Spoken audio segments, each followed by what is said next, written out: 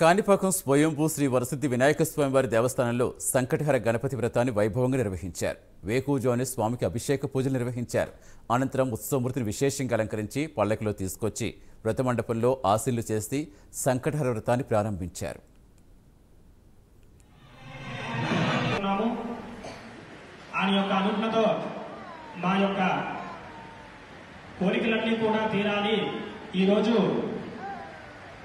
విశేషంగా కృష్ణాంగారక చతుర్థి నిర్విఘ్నం కురుమే దేవ సర్వ. రాత్రి వరసిద్ధి వినాయక స్వామి స్వర్ణ రథసేవ కన్నుల పండుగగా సాగింది.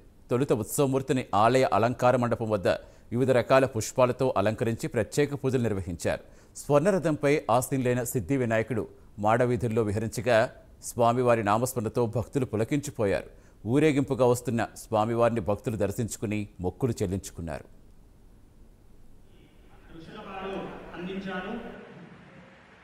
ఈ యొక్క స్తోత్రాన్ని ఎవరైతే త్రిసంధ్యం